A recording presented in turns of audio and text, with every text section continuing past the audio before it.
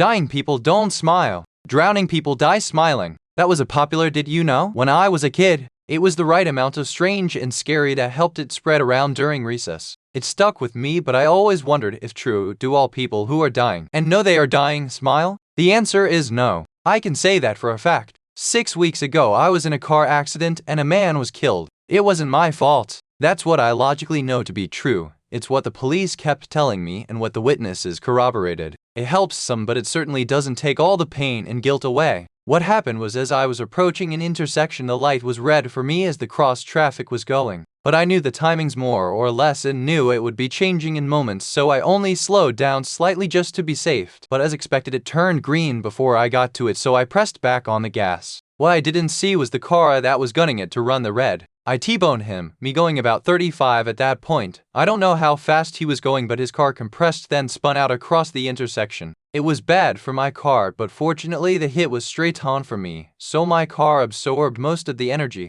Once my airbag deflated and I was able to do an inventory of myself, I found I was mostly unscathed. I could see the spotted marks on my knees and forearms that precedes bad bruises, but the adrenaline was pumping and I didn't feel them yet. I pried the door open enough that I could step out more, so fell as I didn't have my balance yet. But after catching my breath on the ground, I stood up and saw the far worse condition that the other car was in. Not unlike a ball of tin foil. At this point I assumed someone called 911, which is fortunate since that hadn't dawned on me in the moment. Instead, I shuffled over toward the car, finding a rhythm of my steps again. As much as I hate to say it, but nowadays I can't help but wish more that I didn't look inside the car, and I wish the accident didn't happen at all. Hoping to help somehow, I looked through one of the shattered windows. I saw the driver, a man. I learned his name later, but I'm going to keep that private for now. My eyes started at his waist and stomach. What was happening there? Well, I don't want to describe it, but upon seeing it I had assumed he was already dead. He was not. As my eyes slowly moved up, I saw that his chest was heaving, breathing quickly and deeply. But seeing his face, I can say he did not die smiling. His face was contorted in such a way that he was baring his teeth. His mouth spread wide and the muscles in his cheeks and jaws were taut. His eyes were open so wide you could see the white all around the iris. It made my blood go cold. It's hard for me to imagine that any more anger or rage could exist in one person. The furious rancor he was directing at me made me want to run, but I didn't want to turn my back, as if he could somehow pick up his insides and come after me. I watched as his chest moved up and down as he stared at me with his eyes wide open and his teeth squeezed so tightly I felt they might shatter under the force. But after what probably was only seconds, his chest suddenly slowed down and took in one last feeble breath before stopping completely. What makes it so much worse is that after he died, his eyes did not close and his jaw didn't relax. The muscles in his cheeks and neck were just as tight and flexed as they had been before. I started to back up, but I still didn't dare turn my back to him, frankly just as afraid he might get up. Eventually, the paramedics came, police made reports and whatnot. I was taken back to the hospital and examined and had to stay for a few hours to see if I was in shock or not. And when they had learned a man had died, I had to talk to someone I believed to be a psychiatrist. Early the next morning I was able to go home, but things got worse for me. I couldn't stop thinking about what I saw, even as I replayed it over and over in my brain until the image started to blur. The white of his eyes and teeth seemed to stay crisp and clear in my mind. The way he died and remained so tense, his jaw so tight, made it feel like the anger he felt didn't stop when his heart did. I've heard of death grips, when someone's grabbing something when they die and their muscles stay contracted, but I never imagined that could happen to your face. Because of the endless amounts of business with insurance, I did hear his name probably 3 to 4 dozen times in the next couple weeks. In an effort to make these images go away, I looked him up. If the eulogy is to be believed, he was a loving and kind husband and a patient and gentle father. Gentle. Somehow gentleness seemed impossible to come from someone capable of making that face. Truth be told, I thought I found the wrong eulogy at first when I saw the picture they used. Who I saw in the wreckage and the man wearing a matching Han and Leia costume with his wife, his daughter in an R2-D2 costume, in the eulogy's picture could not be the same person. I was so sure that I went looking for another so who died the same day. But yes, that was him. Now sure, he did have the same features, his dark hair was the same color, as were his eyes, and his nose and ears are the same shape, but I could not imagine that man's face could possibly be contorted into the horrific expression I saw in the car. It didn't seem physically possible, but apparently it was. Starting about a few weeks ago, things got even worse. One night, I turned up the heater as we're approaching winter, it's getting unpleasantly cold, and went to bed. I turned on my bedside lamp and flicked off the overhead so I could read a bit before bed. I read a couple pages. It was as my eyes went to the top of the next page that I saw it. Just above where my eyes were focused, across the room from me, the closet door was cracked open a few inches. Without looking directly at it, I thought I saw, just barely visible, the white of teeth and eyes from inside the dark of the closet. It was as if they were only visible because they were so bright white and the closet totally dark. I didn't look up immediately. I intently focused my vision on the words on the page paved the way to the front door as I tried to discern what was really there. I knew it was an optical illusion coming from stress. It was white letters on a shirt reflecting the lamp light just right or something like that. But hoped and prayed as I may, it did not dissipate into letters on a shirt. It persisted. Finally, I looked up. I didn't see the face, of course, but I felt if I stared at it long enough I could pick out the white in the dark. Perhaps I was just willing it to be there, in some self-destructive anxious way. I decided I would sleep with the lights on. But first I turned on my phone flashlight so I could cross the room to the light switch. When I shined the light into the closet, I fortunately saw no one. But what I didn't anticipate was a possibility, which made the hair on my neck and arms stand up, was that there was nothing in that half of my what? No dark shirts with white lettering, only the flat gray wall at the back of the closet. No irregularities that would reflect parts of the light. It certainly would be a lights-on night. I started to see those eyes and those teeth more and more. First, it would be in the distant corners of my house. From the mirror in the bathroom facing down the hall into the dark bedroom, I'd swear I could make them out. No larger than my fingernail in the reflection, but I was almost sure it was there, though it could have just as easily been a stain from toothpaste splatter. But it was getting to me. This started to happen again. I came home late from the gym and briefly thought I saw that face in the dark to the side of the house. Or when I was looking for my drill and opened the door to the garage, I could just make it out, in the corner of my eye, those teeth and eyes to my immediate left. Once again, after I had spun to the side and made an embarrassingly shrill noise, I saw nothing there. This is when I got back to researching, and I read somewhere that because of the way the cones and rods are arranged in your eye, your center most vision is the most sensitive to color differences, but the awe center of your vision is more sensitive to light changes. So in astronomy, they will sometimes tell you to look just to the side of a nebula if it's just a little too dark to pick up with your center vision. I fear this is playing a big part in this. I figured maybe my subconscious was looking for those teeth and eyes to perhaps punish me for guilt I didn't know how to place. I began going to therapy to hopefully assuage this. It did help, as I definitely had tremendous guilt that I was struggling to process, because logically, I knew what happened wasn't really my fault. After 2-hour-long sessions a week for 3 weeks, I had been making great progress. I truly felt better, the weight on me lighter, and I was no longer searching for nor finding faces in the dark. Until 4 days ago, in my last session, as I was talking to my therapist, having some final words in those last 5 minutes, intent to use every minute I was paying for, but also not really trying to dive into anything deep before I had to leave, I was rambling on about some fixation of mine, when my eyes wandered over to the coat closet behind my therapist, where I saw the most defined white teeth and eyes I had seen yet. Looking at them directly did nothing but make my skin crawl and my eyes water, and I could more clearly feel the anger and spite being fired at me. My therapist turned, surely having noticed my strange change in demeanor, but her confused look back at me told me that I alone was to see the sight. I stared at it for a while. It never disappeared even as I left, but to be truly honest, I couldn't face it directly as I headed toward the door to leave. I was too afraid to see it that closely. The research this time took a new direction. I wouldn't say that I was fully convinced it was real or paranormal. Part of me still clinged on to the possibility that it could be some intense, psychosomatic reaction. I didn't research into that because I was afraid of cutting what little tether I had on my sanity. I did research into the paranormal world. I figured maybe if a large part of me believes that this is truly really happening, then if I can figure out how to make it stop according to paranormal rules, then I can make my mind believe it has stopped. Like throwing real water on an imaginary fire. During this time, work was alright, but nights were spent with every light on, all the time, with me sitting in the living room where there's the most light and the shortest angles of vision around the house that I could possibly see something. So I arrived at an exorcism. Actually, it was a little less formal than that, since it turns out it is a very long process that involves the bishops and the Vatican and all that, and it doesn't especially help that I am not a churchgoer nor particularly religious. But I did find a very open-minded priest that I think more so took pity looking at the bags under my eyes than anything else I said. I never imagined I would ever be in a state where I was on my knees, literally kneeling, and begging a priest to come to my house to banish a spirit that was tormenting me. But as my sleep was beginning to dwindle to restless minutes and my eyes were watering 24/7 due to the constant exposure to bright lights, I was even using eye drops every hour, which at this point felt like it was only making things worse. My sense of shame and embarrassment had sort of evaporated. So he took pity on me and came back to my house. To his credit, he took the job with enthusiasm and integrity.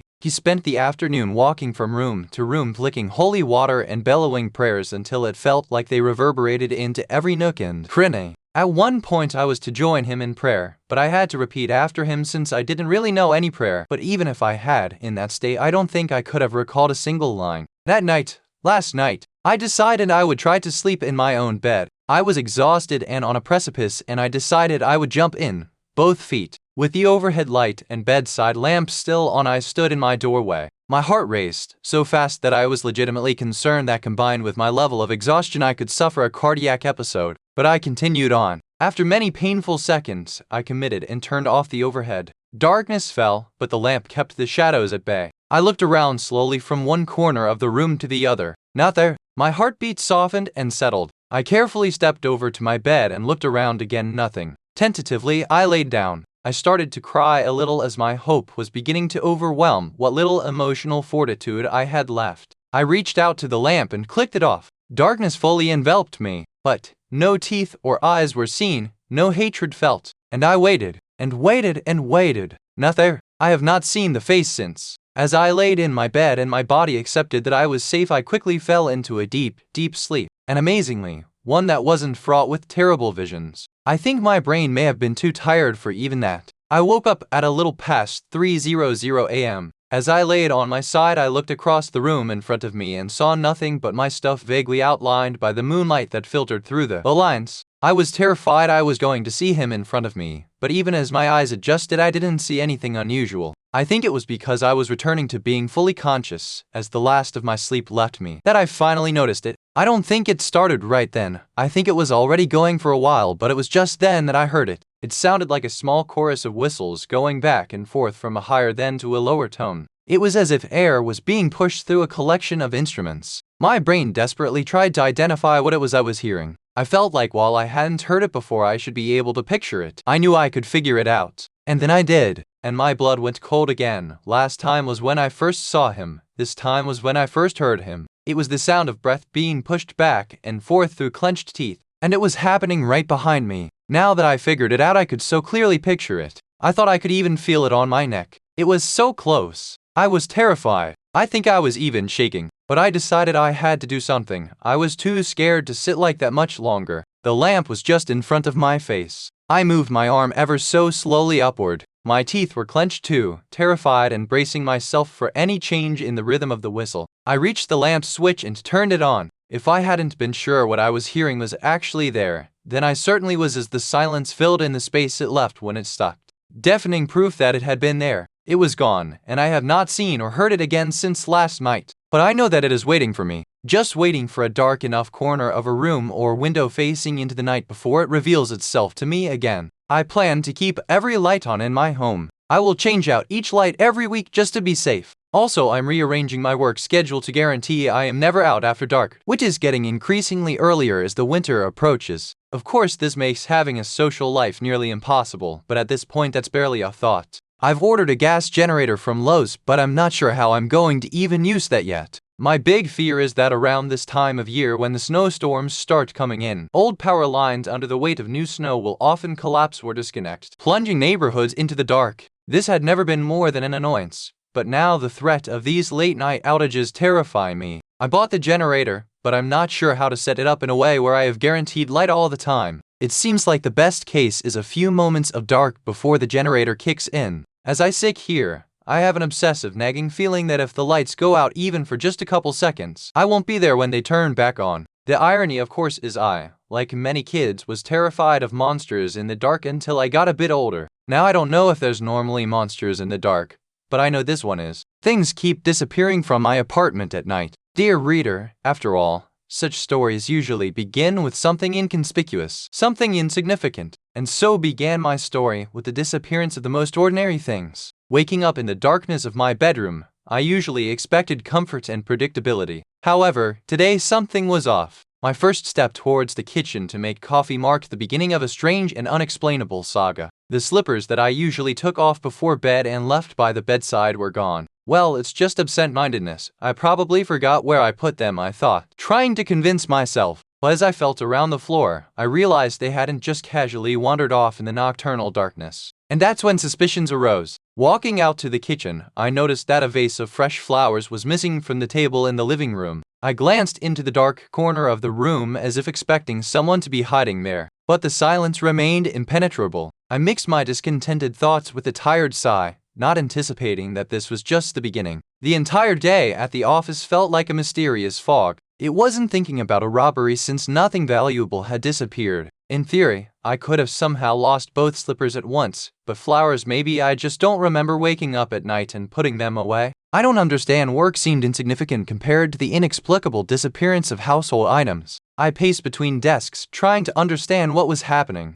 My subconscious whispered that it was unusual, something was confusing, but I tried to ignore these premonitions. Returning home, I hoped the house would become my fortress, but an invisible tension hung in the room, and I felt goosebumps on my skin. I remembered that moment in the morning when the slippers vanished and tried to find an explanation, but my rationality hit a wall of the unknown, and I felt that this nightmare was only just beginning. My world became increasingly fragile with each morning, discovering that another piece of reality vanished along with some item from my home. Doubts crept into my mind, and I increasingly suspected that the answers were hidden in the darkness of the night when it seemed I was losing control over myself. The solution was inevitable: a surveillance system. Every camera inside my apartment became a witness to this strange theater, where I was both the actor and the spectator. Night after night, I watched myself, as if through a stranger's eyes, trying to unravel the mystery of my own insane sleepwalking. Waking up in the morning, I began reviewing the recordings. There I was, unquestionably me, but I couldn't notice anything strange in my sleep except for one thing. On all the cameras, a segment from 1:32 to 1:49 at night was cut out. It was a fragment where even the cameras couldn't penetrate, as if something inside me refused to reveal its secrets. In the darkness of my soul, hid something I couldn't see even in the most nightmarish dream. The next morning arrived. At that very moment, when the first rays of light barely illuminated the room, I woke up, feeling the dampness of dusk. My heart pounded, not yet fully realizing the surrounding darkness. But in the dark corner of my bedroom, I noticed a shadowy figure, tall, slender, with long, bony arms. The frightening figure stood motionless, eyes fixed on me, as if conducting a detailed analysis of every thought. The fear emanated from its presence, and I felt it creeping into my soul, like icy fingers seizing me. Suddenly breaking free from the bed, I rushed out of the room, feeling the dark gaze following me. Nausea from fear engulfed me, but I didn't stop until I found myself outside it, wearing only underwear, standing on the threshold of my apartment. In the end, I lied and told my family that I had to leave for business and asked them to move my things to another apartment. They asked about the reason, but I never told them the truth.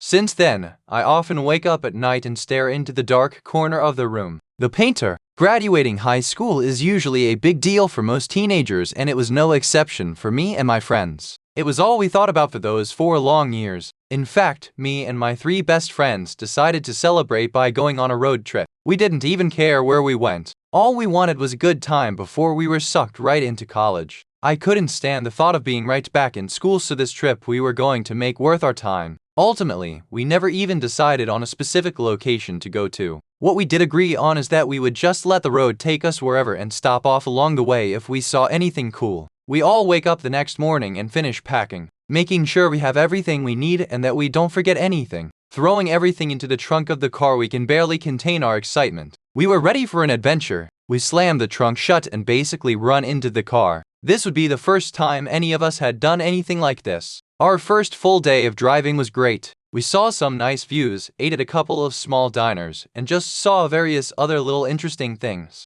It was getting late by now though, and we were all pretty tired, so we found a cheap motel to sleep it off and begin again first thing in the morning. Waking up the next morning was just as exciting as the day before. We piled back in the car and resumed our adventure. At this point we didn't even know where we were. We had just been taking random twists and turns. We didn't care that we had no idea where we really were though. What we did care about was what appeared to be a very heavy oncoming storm and the fact that we were running low on gas now. Why didn't you stop for gas a long time ago, man? Now we're gonna be screwed. My friend yells from the back. He was right. We were screwed. Shortly after, our car ran out of gas. This storm was too intense now for us to be walking in it for too long, and it was too cold for us to stay in the car. We noticed there's a little cabin that appears to have a light on not very far ahead. Our best option was going to be to make the short walk to the cabin and pray that they can help us. To our luck, an older man answers the door pretty quickly after I knocked. He also seemed very happy to help, which was even better because I didn't want us to be a bother to him. We all introduced ourselves and he tells us his name is Joseph. I could tell immediately that Joseph was a very skilled artist. He had beautiful paintings of people and various landscapes lying around all of his scattered supplies. Joseph notices me looking at them and says, "Oh, those old things. I just paint what I see." The storm outside didn't seem to be letting up anytime soon, and Joseph had told us we were several miles away from the nearest gas station. Promising to take us into town first thing in the morning, he offers to let us stay for the night. We all stayed up for a while just talking and getting to know Joseph. Most people might have told us we were crazy for staying with him, but he was completely harmless. Me and my friends started to get tired, so we told Joseph we were going to head to sleep. Joseph tells us that's fine, but if it was okay with us, he wants to continue painting in his bedroom. Of course, it's your house. Do whatever you want. Then we turn the lights out and drift to sleep. I woke up the next morning feeling pretty refreshed. It was a cozy place and I actually slept really well. I'm always the last one to wake up anyway, so I wasn't shocked that my friends were already up and gone, probably waiting on me with Joseph. I start to make my way back to Joseph's room when I looked over and saw a canvas propped up against the wall I didn't notice before. A perfect reflection of our car out of gas in the exact spot it happened. Looking over, I noticed several more paintings like this, all depicting different vehicles stranded in this same location. My blood started to run cold. Who really was this guy? And where are my friends? I opened the door to Joseph's room and notice he is still frantically painting. Scanning the room, my friends were nowhere to be found. "And that?" Joseph exclaims to me, putting a final stroke on the canvas. "Where are my friends? What did you do to them?" Exclamation! I yelled at him out of rage. Joseph just laughed. "Young man, I didn't do anything to them. I told you, I paint what I see. They're in here." As he turns the canvas around, I started crying harder than I ever have before. It was a painting of my best friends, forever stuck inside of Joseph's canvas. Nightmare roommate story time. T's a bad sign when the first thing you hear about your new roommate is a warning. "Oh shit, you the new roomie? Damn,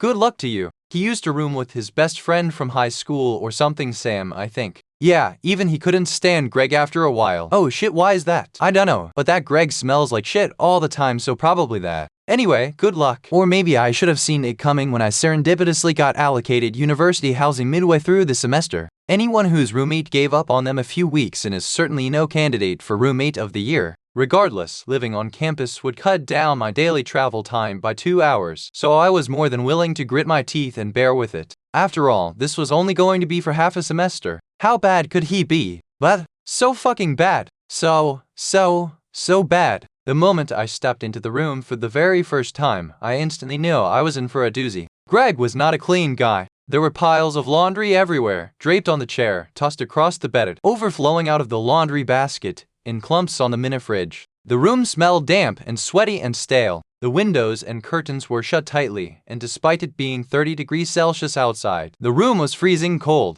All the lights were off, the room illuminated only by his sickly orange incandescent table lamp. As I approached his desk, I could see the mess of Polaroids tacked onto the corkboard, each featuring 2 guys, a brunette and a blonde. "Greg and Sam." He grimaced when I approached. "Hi, I'm Alex. It's nice to meet you." I extended a hand in greeting. He didn't even get out of his chair. "Okay," he muttered, brushing a hand through an overgrown pile of dark, greasy hair. Whatever. The next morning, I awoke to find Greg had already left for class, and a note had been left on my desk. "House rules. Don't disturb me and I won't disturb you. Leave the air conditioning on. Always keep the ceiling lights off. Keep the windows and curtains closed. Don't touch my things. Don't use my fridge. Never step into my side again. Keep your side tidy." I scoffed at number 8. How did this man not see the irony? "No, don't tell anyone about the hamsters." "Wait, what?" And I heard it. Skrit, skrit, skrit.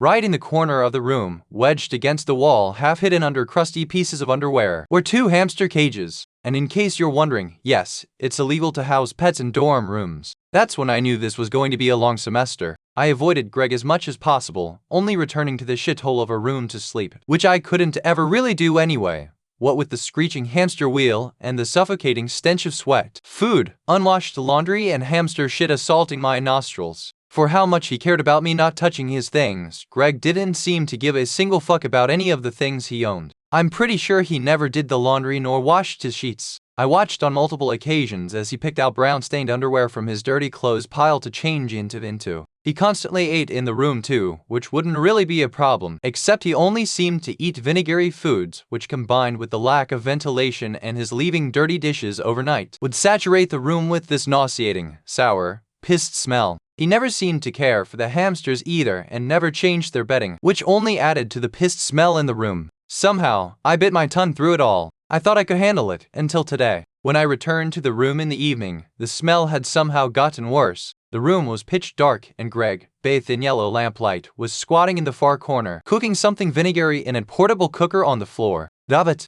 I'd been trying to avoid returning during his cooking time because that's when the vinegar smell was particularly potent, but it looked like today I was shit out of luck. No matter, I could handle it. I sat down to do some work on my laptop. Then, Greg opened the fridge. Twice. Instantly, the smell hit me like a semi-truck. It was unlike anything I'd smelled before. Unlike the unwashed laundry or the hamsters or the vinegar, not even like the cup of tea he'd left out for 4 weeks, yes. For that bloomed an impressive blanket of furry white mold. It smelled like if you distilled the inside of a garbage truck into a single cloud of noxious gas that permeated the entire room. I accidentally inhaled a lungful of putrid rotten eggs, my eyes instantly watering as I choked back the bile rising in my throat. I stumbled out of the room, desperately trying to hold back the vomit, an inexplicable sense of panic gripping at my chest. After vomiting my guts out in the toilet, I was now more furious than terrified. I had to put a stop to this once and for all. This was ridiculous. Bad hygiene I can deal with, but how can this guy not smell that and want to run away? When I returned to the room, Greg had finished his dinner. The plate of vinegar whatever lay on the floor, but Greg himself was nowhere to be found. I felt a random surge of audacity. Fuck him, fuck his rules. I stepped into his side of the room for the first time in months. If he's not going to clean his shit, then I'm going to do it for him. I gripped the handle of the mini fridge. I could feel my heart thudding in my chest. I held my breath and swung it open. I stopped cold in my tracks, the icy feeling of horror and realization crystallizing in my veins. It wasn't that he was lazy or unhygienic or really liked the cold. The smells, the darkness, the frigid temperature, they were just there to mask his worst habit of all. Suddenly, I could hear his footsteps approach outside. I slammed the fridge door shut and sprinted back to my side of the room. I've been lying on my bed in the darkness ever since. I'm not sure if Greg already knows I broke his rules, and I'm not sure if he knows that I know. Greg's cooking again now, right in front of the door. I'm too terrified to move and too terrified to call for help. The whole room smells like vinegar. I don't know what to do. All I can see is the blonde hair and the one blue eyeball. I don't want to be the next half-eaten head in Greg's fridge.